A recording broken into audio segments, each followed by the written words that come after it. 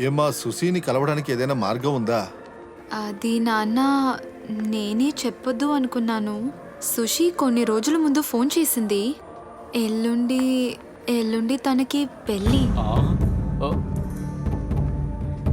హరి సుషి వాళ్ళ నాన్నగారితో ఇండీసెంట్గా బిహేవ్ చేశాడని చెప్పింది. ఆ తర్వాత తన ఇంటికి వెళ్ళిపోయింది కదా. అప్పుడు వాళ్ళ నాన్నగారు కూడా మళ్ళీ పెళ్లికి ఒప్పుకున్నారు.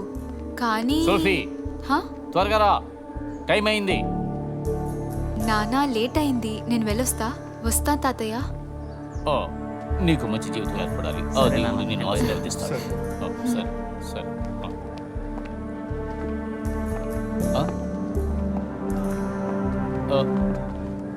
ఏంట్రా? అంటే ఇప్పుడు సోఫీ ఒకటి చెప్పింది కదా, అమ్మాయికి అక్కడ పెళ్ళవుతుందని. చివర్లో కాని అని చెప్పింది ఏంటది? వదిలే. ఇలా చూడరా, ఆ అమ్మాయిని నా సొంత కూతుర్లో మనసులో అనుకుని